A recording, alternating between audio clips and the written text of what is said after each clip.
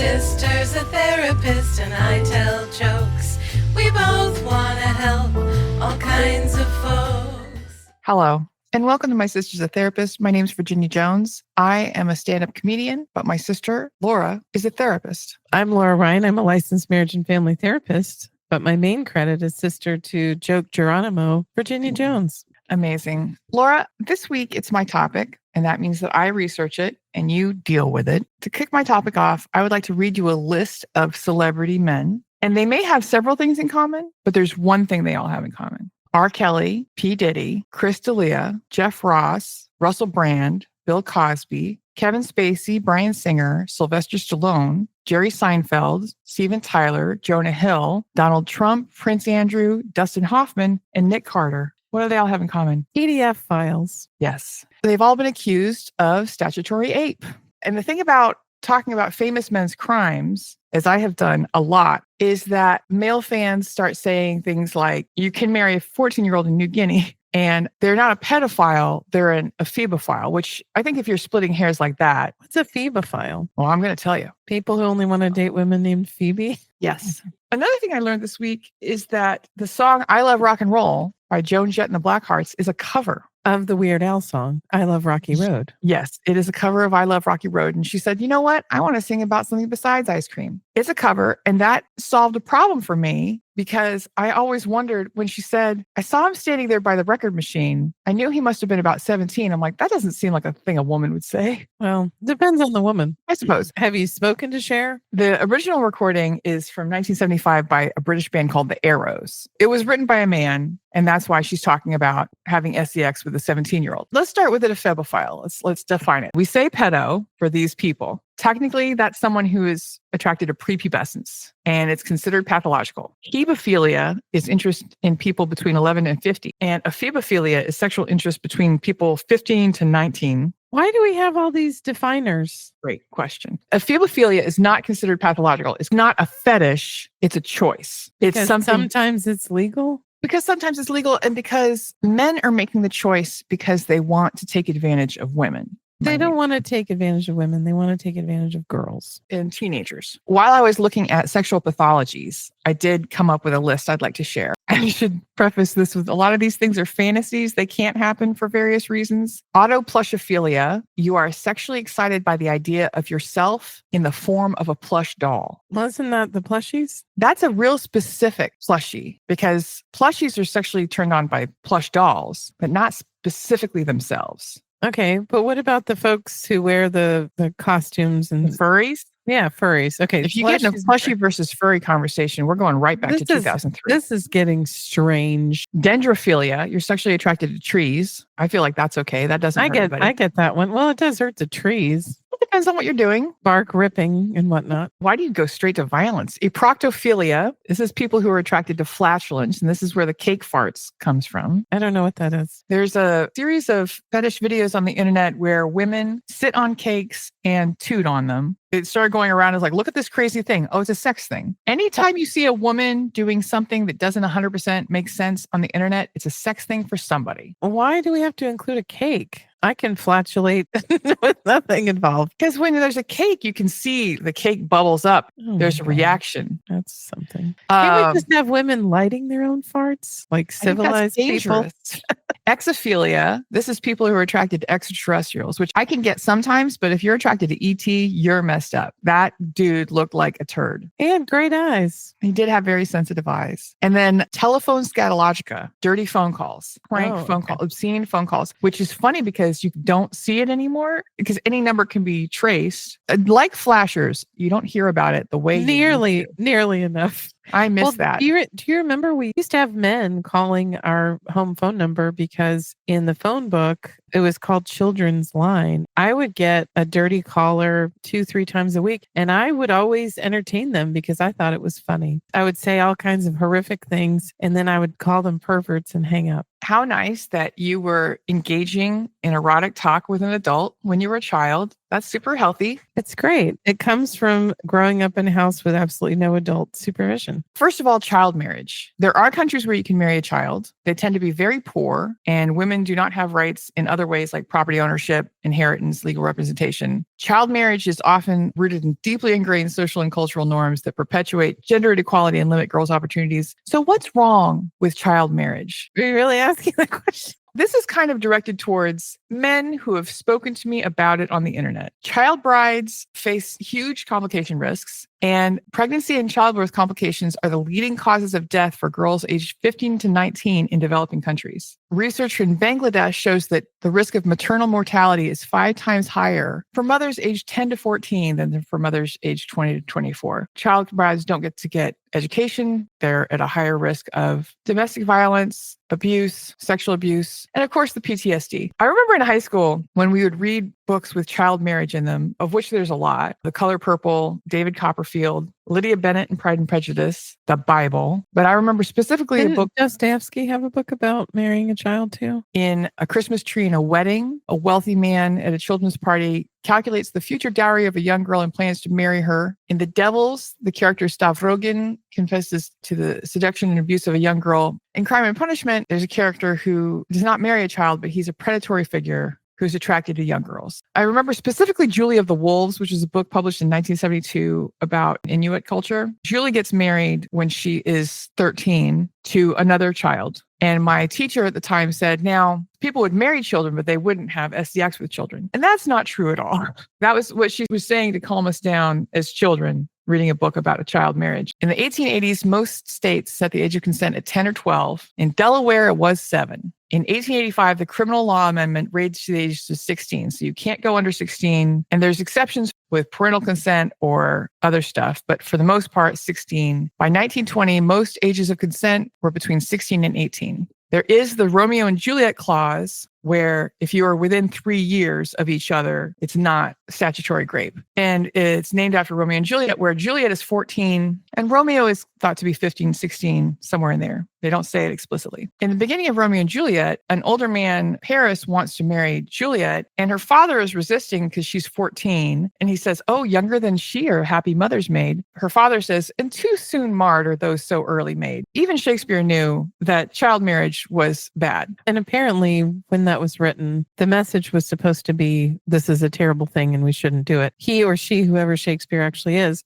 right, chose to include that in the story because it was such a bad thing and such a terrible part of society. Until the late 20th century, many states had provisions requiring that the teenage girl must be of, quote, chaste character for sexual conduct to be considered criminal. In 1998, Mississippi was the last state to remove the chastity provision from the code. If she had had SEX before and you had SEX with her, that was not a crime. All bets are off. All bets are off. Even if she's 6. Speaking of Romeo and Juliet, there is kind of an idea that a lot of teen pregnancies are people of similar ages. They fooled around and fell in love, etc. We've been talking about a 1995 study, the Landry and Forrest study, that concluded that men aged 20 and older produced half of teenage pregnancies between girls 15 to 17. 1/2.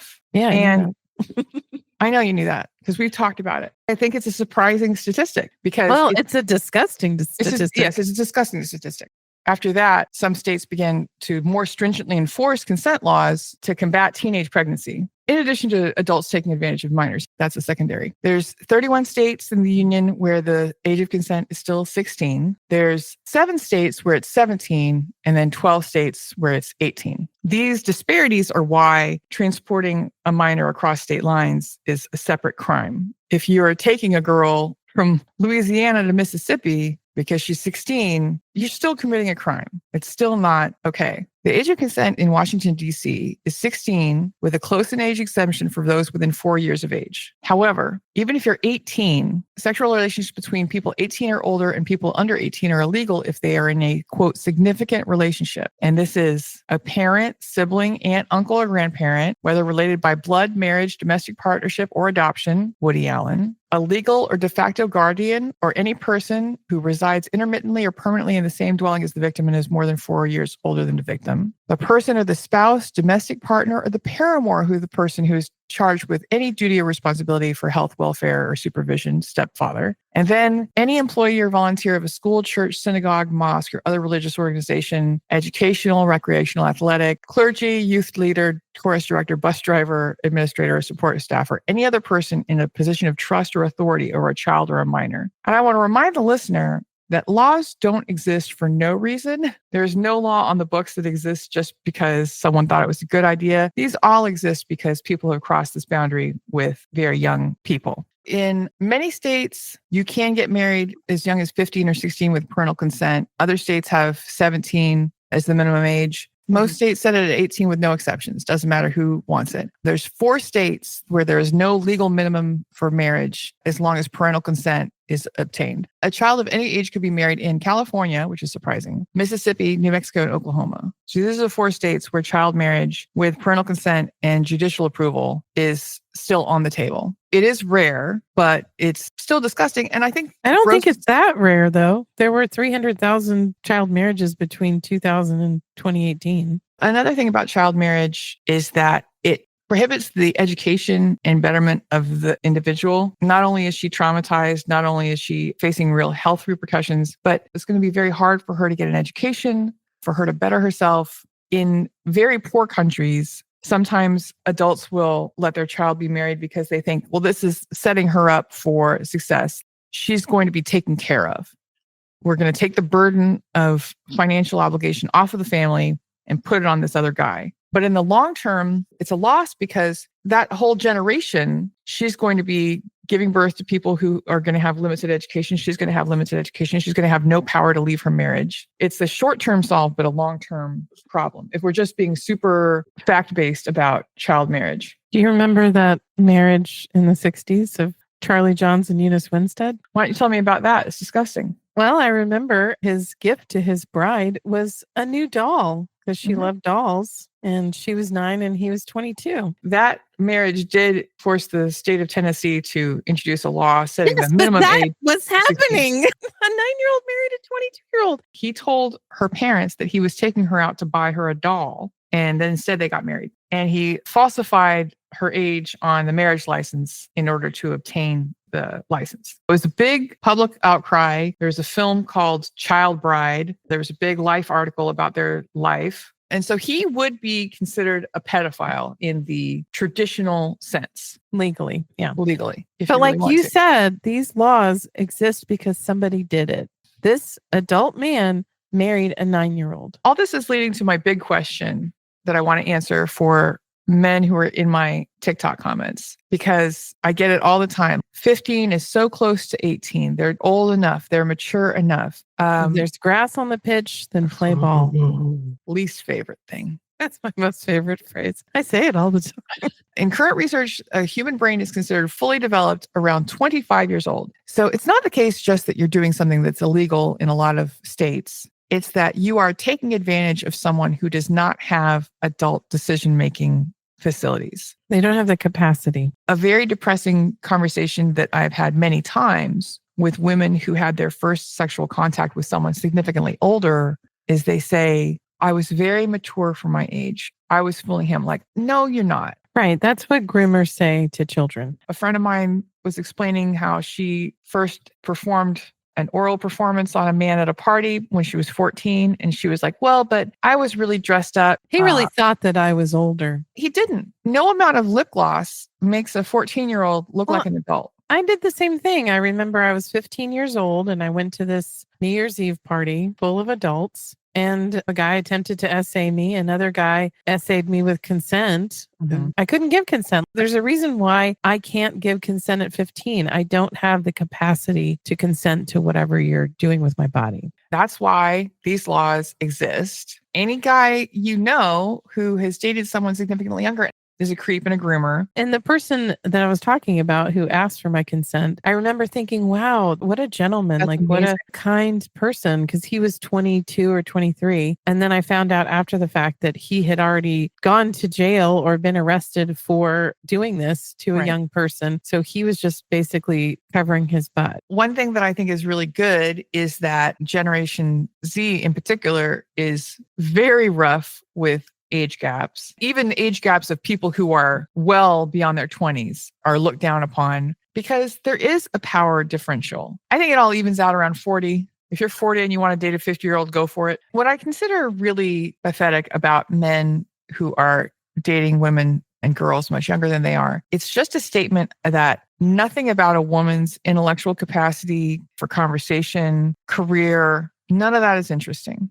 A woman is just a physical body. You can't have a conversation with a 16-year-old. Yeah, you can. It's just going to be really boring and It's going weird. to be awful. Right. And they're I going talk to an 11-year-old all the time. We have a lot of it is about extensive skipping toilet. conversations. A lot of it is about skipping toilet, although he has gone on a strike of using brain rot language. I'm pretty proud of him. And I had this conversation recently with a really good friend. We were looking at her parents' wedding portrait, and she was saying her father was 19, her mother was 16. And she was looking at my son and saying, he's only a couple of years away from where my mom was. Yeah. And he is not at all prepared to be married to anybody. He doesn't even know how to brush his hair. I discovered that, much to my chagrin, he doesn't actually know how to brush his hair. We were getting ready for picture day, and I said, last picture day, you did something super weird with your hair, and I need you to not do that again. And I said, show me how to brush your hair. It was something weird, buddy. We go back, we brush it back and up, but he doesn't know how to do that. You know why? Because his mother does it every day. I think he's ready to marry someone. As long as she knows how to brush his hair, Laura, you see how this works. So one refreshing thing about Gen Z is that they are really taking people to task for grooming and age gaps. Ryan Adams was accused of sexual misconduct by underage fans. Right. And he was dropped by his record label. R. Kelly, famously. It used to be that one, statutory rape was considered like a joke. Two was put on the woman. They would call her jailbait, Jezebel, whatever. Daddy issues. Because it's true that a woman who has grown up with no or little parental support or attention will seek that attention from any man. I saw a really interesting TikTok recently where this young woman, she's probably 20 something, but she was reflecting back on an experience she'd had at summer camp where she had fallen in love with her male camp counselor. And she was 12 years old, and she'd written him a letter that laid out all the reasons that she was in love with him and she wanted to pursue him romantically, etc. And he found a female camp counselor, and they all sat down and spoke to her. And she said, looking back on it, it was humiliating, but she realized the reason she was pursuing him is because she was terribly neglected by her parents, and he gave her some attention. And she said, wow, what an incredible person to not take advantage of the situation. And to go one step further, to have a conversation with her about why it wasn't appropriate, to do it with another counselor present, so it was a safe environment. I'm amazed by this story. My friend Laura House has a one-woman show in which she told a story about being in love with her camp counselor and writing him a note. I think she was 15, not 12. What happened with that is he made out with her in the cafeteria. So that's the much more ordinary was that result. Would we sing, it was the 90s? Exactly. That one? Yeah. For sure. And it's true that you can't hold the moral standards of today to the past. And that's very hard, but very true. But I think that being in a rock band, part of the reason people wanted to do it was to commit statutory rape. That was part of the package. You're just supposed to be able to have all manner of girls available to you. There is a guy that I know, and I'm sure there's been several guys, but there's one guy I know for a fact. He's had a series of much younger partners, married someone who was not legal to drink. Because he's marrying the same age of women, the same range, and he's getting older and older. The gap is just getting more and more. Is his name Leonardo DiCaprio? Leonardo DiCaprio, because it's most important that these women are under 25. Nothing else about them can be important. He's just trading them in. It's not important to him who these women are, what their personalities are, what they have to offer emotionally, intellectually. It's just a series of very nice bodies he would like to be seen with and be on top of with his dad bod. Child marriage, I think we're against it. Let's both vote. I'm going to go ahead and say anti. I'm anti. Thumbs down to child marriage. The good news is I think we are making strides in society away from men dating much younger women, away from it being a joke in comedies, socially acceptable. Also, I've seen a TikTok of a girl realizing she'd been taken advantage of. And she said that when she was 16, she was dating a man who was over 20. So well out of the Romeo and Juliet range. He wouldn't bring her out, obviously, because she couldn't go to bars, but also he wouldn't introduce her to his friends. And at the time, she thought, oh, he's ashamed of me. I'm not mature enough. He thinks I'm a child. But really, he's ashamed of himself. He knows that his friends are going to shame him. I have a friend who you could see there's over a 20-year age gap between she and her husband. And when they first started dating, she went to a Christmas party with him and said that every woman at that party looked down her nose at her and shunned her the whole party. I remember, I haven't referenced Madeline Pendleton, person everyone hates now. She was talking about how she had an older male friend. So she was 15 or 16. To parties, right? Yeah. And they would go to parties. And she said at one party, a woman took her aside in the kitchen and said, hey, I know you think that everybody just thinks you're cool, but I just want you to watch the situation and never be alone with this person and really watch your back. And Madeline Pendleton thought, oh, she's jealous.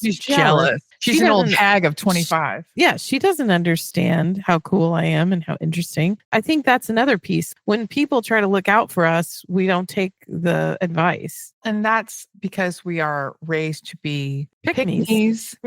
And we are raised to worship the attention of any man. It doesn't matter his social status, his intellectual capacity, his capacity for love and relationships, just any man paying attention to us. That leads to that situation.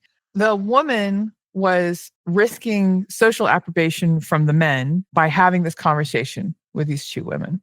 The children were invited to a party for a purpose, which was to groom, seduce, whatever word you want to use. And the woman was looking out for them. And I think it's very touching. Knowing your son as well as I do, and knowing other young people teaching and stuff, and knowing girls of 14 and 15, it is particularly abhorrent to think about men trying to seduce them because they are babies. They are feral. But I think Madeline Pendleton and me as well. I remember thinking when I was hanging out with a bunch of much older men as a child, I have things to offer. I'm interesting. I know things. I'm smart. And those things might be true. But that's not why you were there. No, but I chose to believe that people valued me as a human. And I think as a woman, that is our first mistake. Yes. I was talking to my mother about this just yesterday because we were talking about these gross men on Scrabble who keep approaching her on the Scrabble app. Not necessarily approaching her like with romantic overtures, but they're making conversation and getting mad when she doesn't respond to their bids for connection. I referenced my own TikTok where I did an overdub from someone else where she was saying, women think when I'm just being polite and nice to someone, men always think that I'm flirting with them. And that's because a man would never be nice and polite to someone unless they found them attractive. Right. Your group of friends had an older guy who was hard of hearing. His name was Greg. He was legally deaf. And he would just pick you up and drive you around. No, he bought us alcohol at 14. Bought you Yeah. He and his buddy, who was also in his 20s, but was dating one of my 14-year-old friends. Right. They would pick us up and take us out to the liquor store. And I remember we got pulled over by the cops and we were all having to sit out on the street while he checked everyone's ID. And of course, none of us were of age, but we were all sitting in the car at a liquor store. And I remember thinking, Greg's kind of a loser. He's not very interesting. He's weird. He's not attractive. All these things are true about Greg, but he does buy us alcohol. He has a functioning car. He'll drive us out to the clubs. I remember he actually got in trouble because he was trying to get into a teen club as an adult man and they wouldn't let him in. And he was so angry. Greg later, while I was sleeping, climbed on my back and started massaging me and trying to touch my body inappropriately. That's surprising to me. Who'd have thunk it? Who'd have thunk it? Because you thought he doesn't have friends his own age. He thinks it's cool to hang out with us. We like the same music. You know, when you're in high school, that's basically all you need. Right. Now, when the cop pulled over a man with a car full of children, Did he say anything about how come all these 14-year-olds are in your car? No. No. And we drove away with him. No one got arrested. Women of Generation X, I encourage you, as unpleasant as it is, to really think about the relationships you had with older men when you were a child and think about the intentions there and know that men would still do that if they could. Men are still actively trying to pursue younger women. What they tell each other is, well, younger women are just hotter. They're closer to birth, so their cells are fresher. They haven't been ran through like all these sexually promiscuous women. This idea of purity and virginity, and we've talked about it before, how it's harmful for women. Really? Because one, to say that the presence or absence of a man anywhere near you changes anything about you significantly is ridiculous. But also, existing in a culture where virginity is super important, you're going to spend most of your life not a virgin. And then what are you worth? Well, if you've ever watched the show Jane the Virgin, there's this very sad and difficult part of the show where her grandmother is taking out a flower and showing her, look at this beautiful white flower. And she starts pressing on it and crushing it. And she says, this is what happens when the flower gets used up. And do you want to be this? I've also heard in Mormon church that a piece of gum is what they use, a chewed up old piece of gum passed around. Do you want to involve yourself with a chewed up piece of gum? But what are men doing with their gum? Well, exactly. They're sticking it under desks. They're just letting anybody pick it up. This guy, Bram, in 4th grade, I remember catching him pleasuring himself with a book in class by slamming it on himself. And looking back, that's a pretty painful move, Bram. Bram, I can guarantee you, has a extremely specific fetish now that either a very understanding partner is engaging with, or else he has to go to sex workers because that's messed up. The other day, some old friends of mine came to a show and I was talking to them after the show. The husband said, I really enjoy your podcast. And I said, thank you very much. And he said, I haven't listened to all of them. And I said, did you know you don't have to say that? Did you tell him, but you do have to tell everyone you've ever met at any point in your life that you listen to this podcast and that they should as well. But he remarked, I know the podcast isn't really for me. I disagree. Yeah. I think it's good for men to hear our perspective, even though they may not always agree with it. We're correct and they're incorrect. I think instead of exposing yourself to young children on the bus, maybe you should expose yourself to a podcast that has ideologies that go against what you've learned your whole life. This episode is especially for men. It's to help men understand that when their male friends say things like, yeah, she's just really mature, she's just a really good listener, it's a smokescreen for taking advantage of children. Our episode, Why Don't Men Have Friends, is 100% for men. Yes. I don't need to know why men don't have friends. I already know. It's a topic we've had on the list for a long time. And I'm surprised that you're bringing it up because you always say that I talk about stuff that's too dark. With the P. Diddy and the R. Kelly, and this stuff keeps happening. And I keep seeing awful comments on social media about these girls who are just looking to get famous by talking about how older men groomed them. You know where you won't see those comments? On Red Note. You can ban someone for posting unfriendly comments, which I've done several times. Oh, wow. Literally just unfriendly. That's it. That's the requirement. That's good to know. Men who are pursuing children to date, whether it's pre or post-pubescent, should be censored the same way. They should receive the same judgment and censure. They should be removed from society. Yes, they should go live on an island and they can slam their hot dogs in books all day long. They can join Bram in taking a textbook and slamming their junk into it. Mm-hmm. Laura, I feel like I get a vibe for where you're at on this topic, but what are your final thoughts about this topic? Why is it not okay for an adult man to date a child? I mean, it has a lot of personal stuff for me because I know that when I was a child, men were approaching me sexually. And unfortunately, a couple of times I allowed stuff that I shouldn't have because I wanted to impress a man and because I was young and impressionable. And because you wanted to be in a relationship and because you wanted to have this title of girlfriend, all these things that are given to us as valuable things. My first sexual experience was with an 18-year-old when I was 13. And I remember saying to a friend, I really just wanted to kiss. Yeah. I was curious about kissing. I had never kissed anyone. And instead, he tried to get to third base, which was way too much for me. And I remember feeling taken advantage of. And I remember feeling like I was a nest worker. I remember feeling really bad about myself because that wasn't something that I wanted at all. It wasn't anything you were ready for. No. And what 13-year-old is? No. Who doesn't have a history of childhood sexual abuse? That's 2 years from where my child is right now. Hideous. When I think about where he is with his maturity, Right.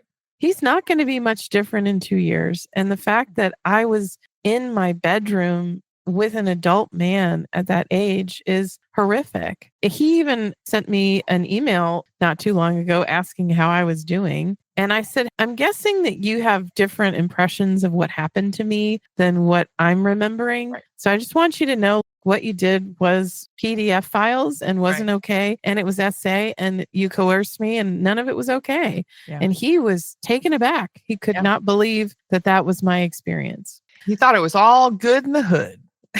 When I look back on my life, I wish that somebody had said these things to me. Yeah. So I guess my thought is this is for men, but it's also for women who know girls and kids. We need to make this stuff known to young people. The internet has just made it even more awful. We were meeting older men at parties and at clubs sometimes. Now any adult has access to any child. This is also a message for moms. Yeah. Watch your daughters closely because my experience that I was just talking about happened at 4 p.m. on a school day. My final thoughts are this is terrible. We need to do more to protect girls. We need to do more to let society know that this is not acceptable anymore. Virginia, what are your final thoughts on this topic? My final thoughts are that individuals, and I know it's mostly women our age or our age-ish, listen to this podcast, okay? There are some men. Thank you, men. I don't think there's a lot of teenagers, but I agree. There's with one. You. We have one teen, so thank you, teen. Thank you, teen. I think that if you are engaging socially with men who appear to be dating someone inappropriately young, you should talk to them about it. Be like that camp counselor. Take initiative, take a little bit of attention off yourself and put it on another person, and it could really protect them from a lot of hair-raising stuff. And also, I think calling out men in your life who you know are dating women that are not old enough or talking about children in a sexual way. I just feel like we don't do it nearly enough. There's a lot of locker room chat and people are not calling people out and they really need to. Agree, because kids don't know any different. Kids are dumb. So the responsibility has to come from adults and especially from men. I know this is a heavy topic. It just keeps coming up in media. I really wanted to drill down into what's disgusting about it. Laura, if people want to find you on the internet, where can they do that? I'd love it if they went to lauraryan.org and contacted me professionally. Shout out to a listener who wanted me to help them, but they don't live in Texas. I can only work with people in Texas, unfortunately. Sorry, state legal requirements. But if you live in Texas and you want to do therapy, please contact me at lauraryan.org. If you're interested in the show, you can find us on Instagram at My Sister's a Therapist Instagram. You can also find me on TikTok at I am Laura Ryan, or you can find me on Rednote, Laura Ryan. Wow. You can also go to our website, mysistersatherapist.com, and we wish you would. Virginia, how can people find you on these interwebs? You can find me at Badinia, Badinia. That's my website. That's my Instagram. That's my TikTok. It is my Peloton. No one's taken me up on the offer because we haven't broadcast it yet to become my friend on Peloton. If you have a show idea or a compliment, you can write us at hello@mysistersatherapist.com. If you would like to hire us to make a public appearance at your bar mitzvah support group for men who have been sexually active with children. Actually, don't call us if that's where you don't think you want to do that. I don't want to do that. Opening of a Safeway store, you can contact us at hireus@mysistersatherapist.com. We also want to thank everyone who's ever written us a positive review. It's really helping us grow the podcast, and we appreciate it. If you haven't written us a review, why not? Why not? It only takes a second. It doesn't hurt, and it doesn't cost you anything. And we would really like it. Speaking of, Laura, this is the time of the podcast where you sometimes read a review that someone has sent us. Do you have one to share this week? This is from K.A., who had just listened to the fat phobia episode. I've always been underweight, and so is one of my brothers. My youngest brother didn't get our genetics, and he was treated so badly by my mom because of it as well. At one point, he lost a ton of weight, and he noticed right away that people treated him better. My thin brother was even jealous of how handsome he was. He eventually gained it all back, and I think it's so messed up that he had to experience the disrespect because of his weight. My thin brother and I got crap for being thin, but it's nothing compared to what my younger brothers had to deal with. He said it was like living in two different worlds. Thank you for covering it. I really appreciate you. Thank you, KA. Thank you. That's very sweet and thoughtful. I have a friend who was overweight his whole life and then dropped a bunch of weight. And everybody said, man, you look amazing. Man, you look so handsome. But it was because he was on heroin and he didn't look great. He looked like crap. He looked thinner. Last night, I met a woman at my mother's home in the dining hall. My mother Laura likes to hang out with old people. There was a woman there who my mother introduced me to her as a woman with severe health problems, but it doesn't matter because she's thin. Of course. And that woman said, yes, she says that to me all the time. And I said, I bet you find it very weird. She said it not just to you, but in front of the other woman. She said, this is so-and-so. Yeah. She has a lot of health problems that keep her thin, but it's okay because she's still thin. Yeah. And I said, Mom, you notice she's drinking a ginger ale in the dining hall because Right. she can't eat anything and she feels sick. Also, quick hint to everybody on TikTok saying all the hot girls have IBS. It's because they can't digest anything and they're underweight. Right. So speaking to KA's point, I had that experience too. When I lost 50 pounds, suddenly my Tinder was blowing up. Whereas for years prior to that, I got a whole lot of nothing. Got a lot of cooks with tattoos on their necks. Same. So yes, thank you for reaching out. Send us emails. Send us your reviews. You can send a review to Amazon. You can send a review to Spotify, or you can send a review to Apple Podcasts. Thank you, everybody, for listening. I hope this hasn't been too depressing, but I would like to leave you with the inspirational words of Billy Ray Valentine Capricorn. As he said, we can make it, baby. Me and you. Bye-bye. Bye-bye.